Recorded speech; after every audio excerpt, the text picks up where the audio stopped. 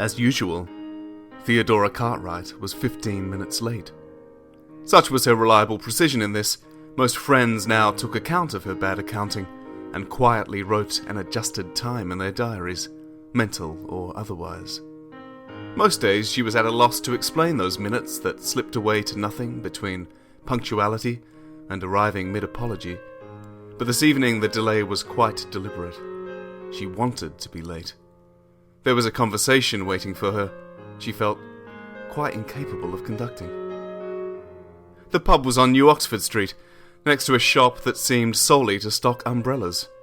Although passing buses were glazed by a hazy sort of rain, colder than it was damp, Theo smoked a cigarette more slowly than she had ever smoked a cigarette, and eyed the stock through the glass so mindlessly that it didn't occur to her to be envious. The collar of her leather jacket was turned up to the rain, her copper hair was turning frizzy, her long fingers were dead from cold, but she thought nothing of umbrellas. Finally, she checked her watch, ground her cigarettes under the broad heel of her knee-high boots, and pushed through the pub door into the red-faced warmth and jukebox tinnitus. It was a comfortable, lived-in pub, with a chewed-looking dartboard and two young men quietly arguing over a pool table. Anna was waiting with a pint and a glass of red wine, allowing herself a rather knowing glance at her watch as Theo dropped into a chair and shrugged off her jacket, apologizing. While Theo was forever bedraggled, stylishly so, she liked to think, Anna was always immaculate, her dark hair sharply cut and neatly styled, lipstick defining the pleasing angles of her lips and leaving perfect crimson arcs on her wineglass. Every item of clothing was black, including the black plastic baubles around her neck and the thin leather watch strap about her left wrist. She never said hello, never ran for a bus, and kissed both cheeks when not quite saying goodbye, which always left Theo feeling they had been more intimate with each other than she had hitherto realized. She spoke easily of labels Theo had never heard of, and tried to look supportive in a piteous fashion when Theo mentioned her latest purchase from Portobello Road. When her phone rang, she usually answered in Italian or French, and Theo would sip her pint, oblivious, wondering how they became friends. Anna was, of course, her best friend. "If you'd been 2 minutes later, I'm certain that rather attractive man at the bar would have been sat in your seat," she said, loosely concealing herself behind a glass of what was unlikely to be the house red. Theo waited until she would seem less obvious, and turned to catch a glimpse of a broad-shouldered bloke in an expensive suit. A smile revealed good teeth. "He's a bit mail-order catalogue, isn't he?" Theo asked. "Well, I wouldn't mind seeing him in his briefs if that's what you're thinking. Look at that chin. He's probably Australian. It's been a while. I could do with a bit of rough." "Anna, I'm Australian," Theo reminded her, brushing a loose strand of copper hair back behind her right ear. "Oh, I know, darling, but you're not really, are you?" There was a compliment in there, Theo suspected, but she wasn't willing to untangle it. She could rely on Anna to never give a compliment that wasn't deserved, and she was sure that was important to her. Being real was important. She couldn't cope with the thought that she was deluding herself. A true friend, she had learned, was someone kind enough to be rude, to tear down the fantasies that Theo spent a lot of time unconsciously crafting. Tonight she wasn't interested in compliments, deserved or otherwise. Instead, she began the conversation she had come for, and started telling Anna about her stalker. She had rehearsed a few segues coming in on the 38, but in the end more or less blurted, "So I found out I was being followed." Anna had the good grace to put down her glass and sit back in her chair. A moment's surprise passed and she frowned. "You? Seriously?" "Thanks, Anna." "Did you go to the police? Was it someone you know?" "Well, I'd never met him. He was a complete stranger." "Then go to the police, sweetheart. That's what they're there for. They can find out who he is for you." A cheeky thought arrived at the corner of her lips. "And get you his phone number." "Oh, I know who he is now. But he doesn't have a phone number. That would be too sane for him, too normal. He doesn't even have a decent name." "Why? What is it?" Theo paused. Maybe it wasn't too late. Maybe she could say nothing. Maybe life could go on from here, unchanged and untroubled. But Anna was waiting now, watching for the shape of the name on her lips. Theo set her jaw, ready to get on with it. She leaned forward and whispered, "His name's Kilbey Salmon."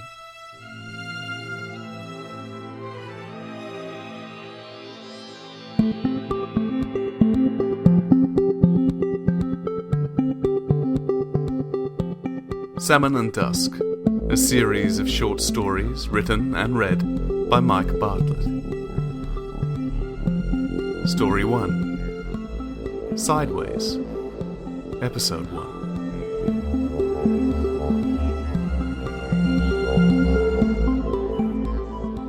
It had started on the Monday. At least, if it hadn't started on the Monday, Theo hadn't been paying attention.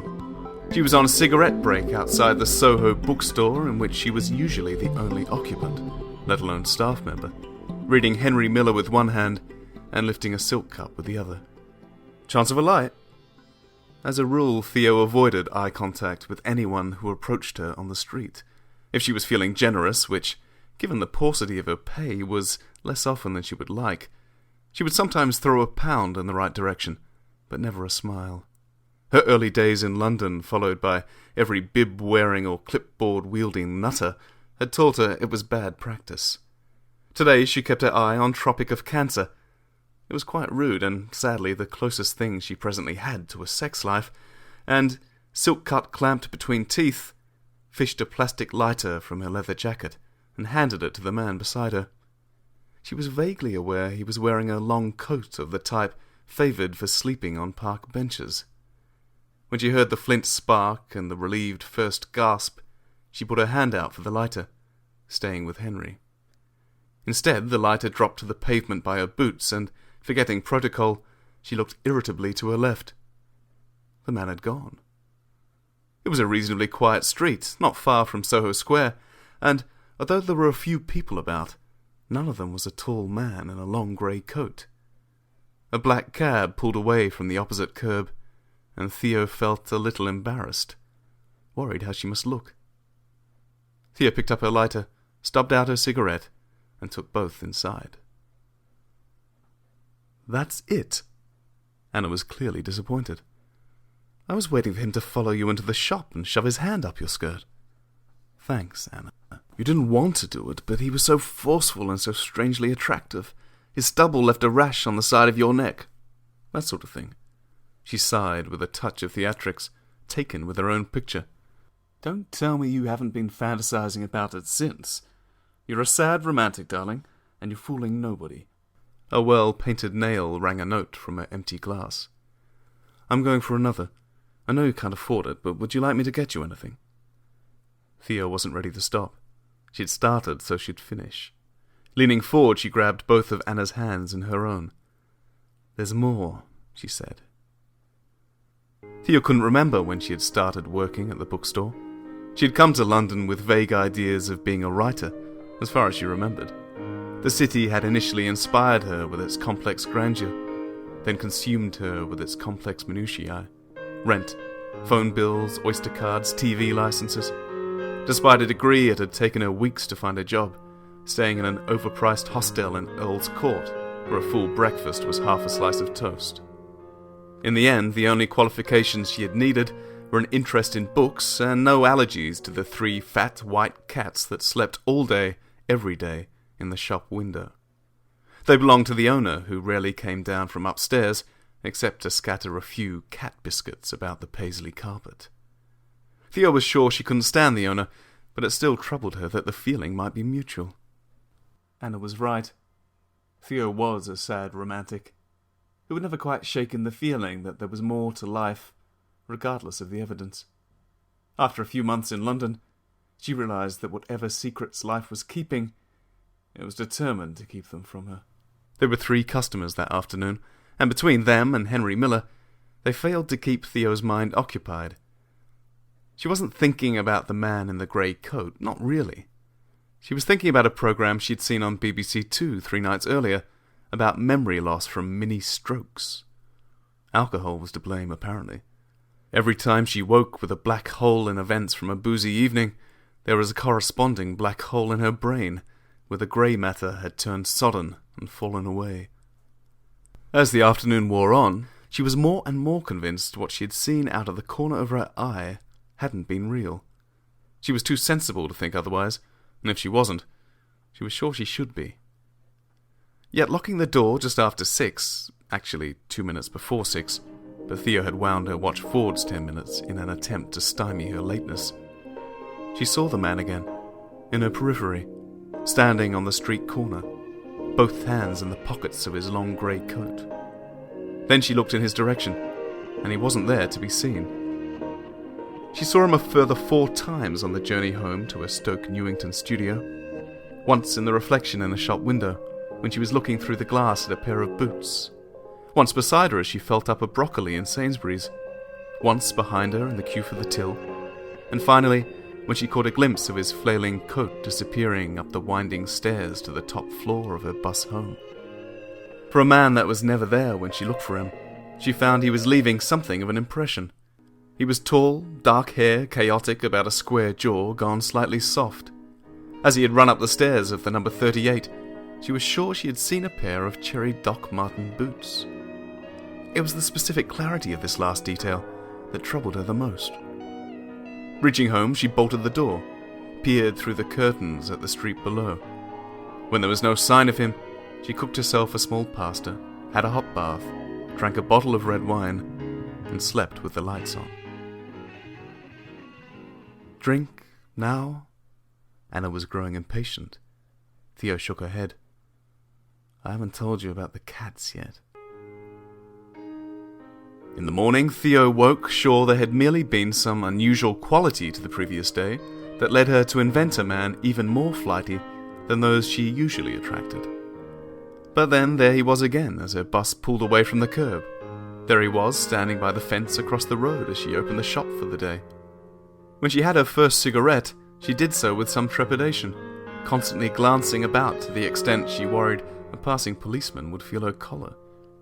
There was still no sign of him as she carefully stubbed out the cigarette and cupped it in her hand, but then, as she leaned on the glass door of the shop, he spoke to her. Cartwright, listen to me. There he was in her reflection, standing directly behind her. Of course he wasn't there. Given Theo's concerns about her grey matter, this worried her more than if he had been. She stumbled into the shop, nearly stumbling over the most her sweet of the cats, white fur lifting off it like spores. Without being sure how, she found her way to the desk and sat heavily down in her chair. There were black holes in her brain, she was sure of it, full of dark wine and tannin. And then there was one before her, a black hole, a dark floater that refused to clear as she blinked. With a jolt that left her undulating between relief and alarm, she realized it wasn't a terrible symptom, but a small animal that had presumably followed her into the shop. Another cat, for it was about the same size, though it was in far poorer condition than either of the 3 belonging to the landlady. This had dark, matted hair that was completely worn in patches to reveal greasy skin of a grey pallor. It was bunched tightly, so that it rather horribly resembled something from another BBC Two documentary. Something regurgitated, an owl's pellet perhaps, a knotted ball of half-digested skin and fur and bone. All 3 of the shop cats had been left startled by the manner of her re-entry, one prowling a circuit on the carpet, one raising itself from rest between science fiction and romance, and the other peeling back a solitary eyelid, deeply disdainful of the disturbance. The first, most active of the cats, now stopped mid-lap and took a cautious step forward, sniffing the interloper. Theo also took cautious steps around the counter, wondering about ushering the unwanted guest from the premises with A Child's Atlas of Britain, published 1975. She was in such a hurry to do so that it took her longer than it might have to realize the creature wasn't a cat at all. From a new angle, she could see there was neither a distinguishable head nor tail, but a vaguely ovoid mass of foul hair beneath which could be made out a diminished skeletal frame on which sinew and muscle twitched and snapped taut like cables. 2 small hands, or paws, propped this body an inch above the carpet, long dark hair sprouting from each of the 4 long fingers. Nails that were yellowed and roughly hewn scraped furrows in the polyester carpet. Even in full daylight, in a room more familiar to Theo than her own bedroom, she was sure that this was the most terrifying creature she had ever set eyes on. What was worst was that it was so undeniably there, rather than something only glimpsed, a trick of shadow and half-light. With the terrible speed of an electric charge, this dark, sticky creature surged forward and swallowed whole the cat still regarding it with some disdain. Theo caught the briefest glimpse of a face appear beneath the matted hair. It was almost a parody of a human face, eyes touched with yellow but mostly glimmerless pupil, and a mouth that appeared to peel back the mottled skin until it was all long, putrid fangs and a pointed, leathered tongue. The cat hadn't time to hiss, its final statement confined to a few white hairs twitching in the light through the shop window. "Don't turn around." It was the man's voice, sounding serious enough for Theo to listen. She kept her eyes forward. "Jesus, what is this? What's going on?" "If you turn around, I'll slip back where I came from. I'm going to a lot of effort to be here." "A thing? It's a floater, isn't it?" the voice said, vaguely impatient. "A scavenger. They usually exist in places where nothing else does. Given the chance, they'll eat anything. Trust me, Cartwright. I bet they love the look of you." She nearly turned then. "You've been following me," she said. "Well, I don't want your ego getting out of control here, Cartwright, but this is all about you. That scavenger is here because of you." "Don't be stupid," Theo snapped. "This has nothing to do with me. I haven't done anything." "Hold still." The man stepped forward so that Theo could see him, almost, out of the corner of her eye. "Don't look around, but can you see me?" Theo nodded. "Good. Put out your hand," he said. "Why?" "It pains me to imagine what you could be thinking," the man sighed. "Honestly, Cartwright, just trust me, okay?" "Don't call me Cartwright," she insisted, a little impetuously. All the same, she put out her hand and didn't flinch when he took it in his own. "Right," he said. "Now pull." "What do you mean, pull?" "Well, just pull. Pull my hand. As hard as you can. And whatever you do, don't look at me." "Pull!" Theo did. "You're pulling the other way," she protested. "No, I'm not. Pull harder." Her eyes closed with the effort. Theo gave a final hoist and, as if freeing a heavy object from a seemingly intractable position, she lurched suddenly away from the stranger who wasn't quite beside her.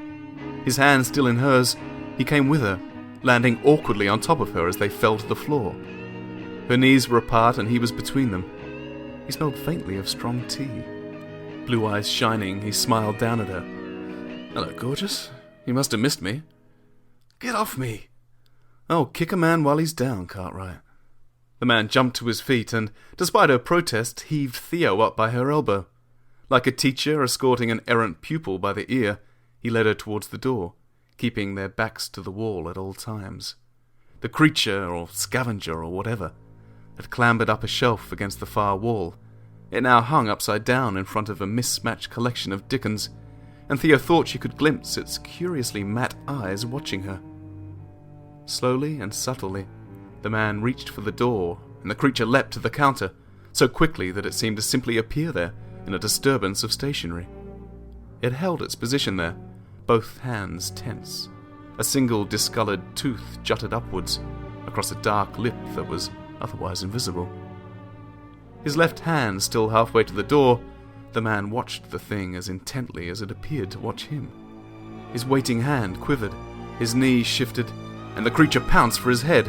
It was mid-air before it was anywhere, a mouth peeled open across its hide. Teeth seemed to jut forward, as if skeletal claws in too much of a hurry to snatch a bite.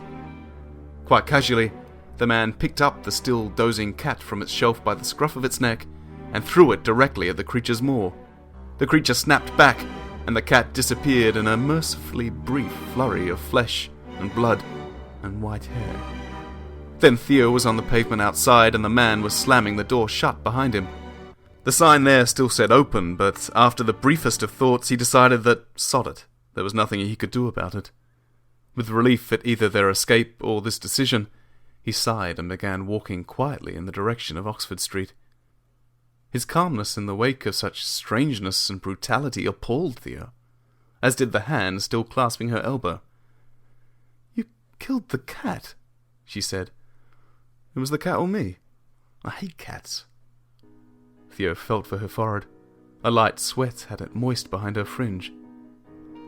"I don't know what you've done to me. Drugged me or something, but this is enough," she said, trying to tug her elbow free. "Just let me go."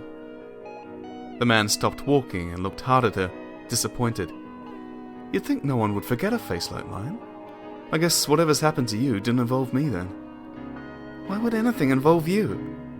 "Well, I find most things do," he said simply. "Why? Who are you?" A grin. "I'm Kilbey Salmon, sweetheart. And frankly, I'm here to save that rather lovely ass of yours." At that point, Anna thought that at least one of them needed more to drink, and went to the bar. When she came back, she had a knowing smile comfortably in place. "I've worked this out. This is a story you're working on, isn't it? I'd almost forgotten you wanted to be a writer. I wouldn't have picked you for fantasy, though, I have to say. I thought you'd be more, I don't know, Zadie Smith? At worst, that Bridget Jones woman." She frowned. "Are there any famous Australian writers?" "Anna. I should say, it was quite gripping up to a point, then it all got a bit silly. That strange creature eating those poor cats." She sipped her wine. "I suppose Clive James was Australian once, wasn't he? I think my dad had a book of his." "Anna, I'm not finished." "Oh, God, please, don't tell me there's more. Look, it isn't easy for me to talk about this stuff, okay? I haven't exactly been looking forward to it. But you're my best friend. I'm supposed to be able to tell you this stuff." Mildly abashed, Anna went back to her wine. "As long as you don't mind me getting quietly pissed," she said. Kilbey hailed the first car he saw and directed it towards Camden. Before it reached Camden High Street, he directed it away again, down several side streets until they didn't seem to be anywhere in particular, at which point he told Theo to pay the driver and got out. They were outside a building labelled the Albion, in 9 deteriorating iron letters. Once a pub, and before that once stately, the building stood tall on a corner of 2 rarely regarded streets, green paint peeling on the ground floor. Above that, pale brickwork weeping grime about high-arched windows that diminished level by level. The lowest floor was boarded up, long abandoned, but Kilbey kicked with his right boot 3 times at the main door, and, again at her elbow, shoved both of them through. For a moment, Theo had the mistaken impression that they were somewhere else. The familiar tropicality of a boozer, the air thick with sweated beer, an avalanche of conversation, and the salty memory of nicotine. She thought 3 dozen men had their faces turned down in pints, cloth caps tugged to the bridges of noses. Behind the bar, a middle-aged bloke polishing a glass, occasionally glancing down to give a bit of spit and rag to the military brass across his top pocket. A Japanese girl beside him, with her hand on her hip. Theo looked again and saw none of these things. The round tables were only at home to dust, the only ghosts the remembrance of spilled beer on seat cushion and carpet. Still, the detail of this glimpse, as vivid as Kilbey's cherry-coloured boots, had her worried. "Take a seat," he told Theo, indicating a table, and went behind the bar, from where he produced half a bottle of whiskey and 2 glass tumblers. Halfway back to the table, he paused and went right. Stood facing a blank patch of wall for half a minute, his fingers twitching in the air in front of him. "What was that?" Theo asked as Kilbey dropped into a seat. "I was putting a record on. Can't you hear it?" Theo could hear nothing, and this seemed to amuse him. His casual air and the easy way he poured her drink and slid it over to her made Theo suddenly feel they were on a date, as did the sideways smile he was giving her. "You know we're lovers. And that's your best line, is it?" She drank the whiskey a little too quickly. Her hand was shaking, she realized. It was only now, in this stillness, that she was aware of head not quite sitting straight on her shoulders. Banter was easier. In fact, it felt essential. a normalizing force. You bought a book on picking girls up by hypnosis, right? Kilbey laughed into his glass. Now that's the Cartwright I know and love. Why do you keep calling me that? Because I always have. I don't like it. That's why I always have. Theo took out her cigarettes, and Kilbey bummed one without asking, although he was gentleman enough to light hers first. Then he sat back, arms loosely folded, and slouched in his chair, waiting for her to ask him something, with such certainty that Theo said nothing for the best part of 2 minutes. Finally, the events of the last hour rose up at the back of her throat, so sharply and acidly that she could no longer ignore them. That thing. In the shop. Oh, God. Theo put down her glass. The owner's still upstairs. She stood up, feeling in her pocket for a mobile. I've got to tell her about that thing. Forget it. A floater doesn't hang around. They live in the fabric of reality like mites. Occasionally they find a little hole and pop through for a bite. If there's nothing within a few feet that it wants to eat, it pops back. A hole in reality? We'll come to that later, yeah? But the bigger the hole gets, the more of them come through. Then it's not just cats that are in trouble. Theo was still standing. She looked at the phone in her hand. I better call anyway. She'll need to know about the cats. And she'll be wondering where I've gone. Oh, shit. She sank back to her seat. You've cost me my job. It doesn't matter. You don't really work there. Well, I know it's not exactly work, but it's money. That's not what I mean. I mean, you don't really work there. It's not real. Can you hear the music yet? Theo squinted above a frown. Is this part of your hypnosis routine? No, it's part of my detective routine. I'm a detective. A detective. It was a word Theo found impossible to say without irony and a smirk. What sort of detective? Well, I specialize in things that aren't supposed to happen and people who aren't supposed to exist. His shoulders slumped a little. I also do a lot of divorce work. It's terribly tedious, but tends to pay better. Right. You're a detective who finds people who don't exist. Presumably that was reason enough for me to sleep with you. Actually, you slept with me long before the agency opened. He leaned in on his elbows across the table, that cocksure smile of his still in place. Theo suspected that he would be a lot more attractive if he was a lot less certain that he was. You must be terribly upset that it's completely slipped my mind then, she said, leaning in on her elbows. Kilbey sat back in his seat, sighing with full melodrama. Right, he decided. Try this for size. Your name is Theodora Matilda Cartwright. You work as a journalist for a local paper. Theo interrupted him. I'm not a journalist. You are, and a very sexy one too. Your favourite colour is, green, and you listen to a lot of alternative American music sung by attractive young men. You've got a quick temper and honestly believe that your way of doing things is necessarily the best. Despite that, you're at least twice as good as you tend to think you are. Your mother still lives in Melbourne, but she phones so often it's easy to forget that. What else? You're not as tall as you think you are, but, you were born in 1980, in June? May, right, the 8th. 6th. 6th. That's what I meant. And you're supposed to be my boyfriend, right? Fantastic. Despite a blind spot for anniversaries and a poor memory for work details, there was enough truth there to worry Theo. But she was determined not to be worried. Whatever else wasn't certain, she wasn't ready to be that credulous. Kilbey persisted. Okay then, does the name Theodora Firepants mean anything to you? Theo stood up and slapped him. Who told you that? You did. I think I'd remember, and seriously regret it. No, you wouldn't, Kilbey said. Not if you'd fallen sideways. Can you hear the music yet? No, Theo said sharply.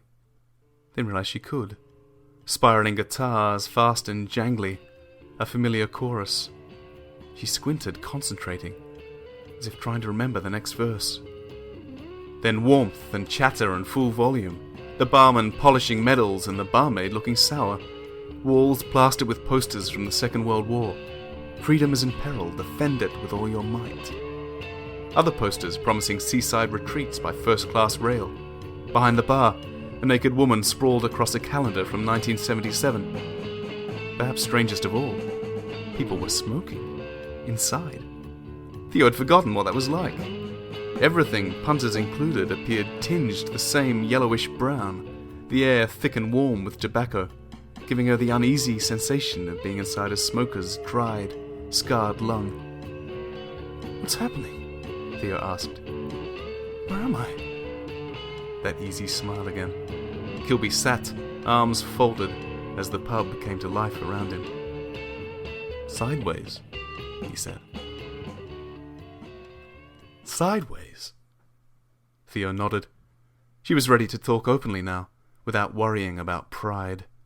Another pint had certainly helped, but there was freedom in Anna's insistence that Theo was pitching fiction.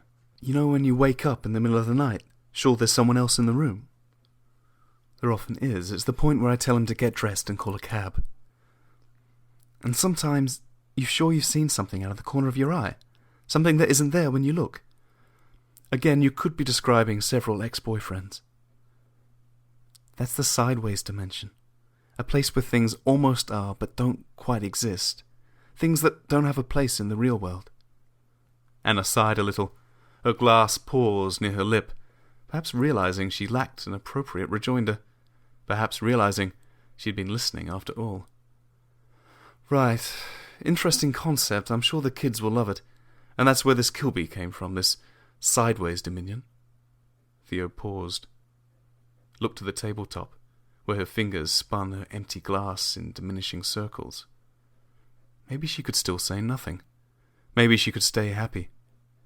She let the glass rest in a damp semicircle, and made sure Anna was meeting her eye.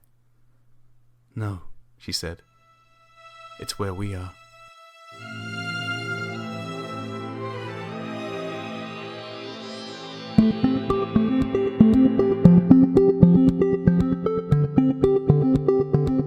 The Terrible Business of Salmon Dusk is written and read by Myke Bartlett.